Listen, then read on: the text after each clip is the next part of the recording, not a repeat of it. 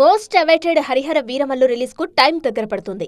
Already promotion speed పెంచిన makers trailers తో అంచనాలు పీక్స్ కు తీసుకెళ్లారు.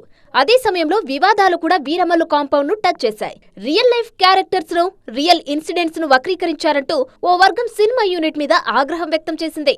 సాధారణంగా సినిమాల విషయంలో వివాదం మొదలైతే అంత తొందరగా ఓ కొలిక్కి రాదు.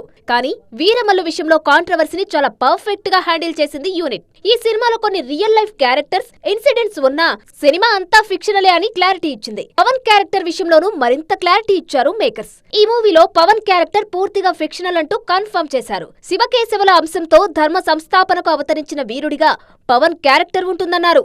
అందుకే హరిహర వీరమల్లు అనే టైటిల్ ను ఫిక్స్ చేసినట్టుగా చెప్పారు.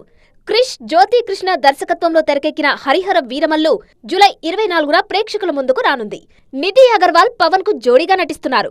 బాలీవుడ్ సెన్సేషన్ బాబీ డియోల్ విలన్ గా కనిపించబోతున్నారు. పవన్ నటించిన తొలి పాన్ ఇండియా సినిమా కావడంతో హరిహర వీరమల్లు ఇండస్ట్రీ రికార్డులను తిరగరాస్తుందంటున్నారు ఫ్యాన్స్.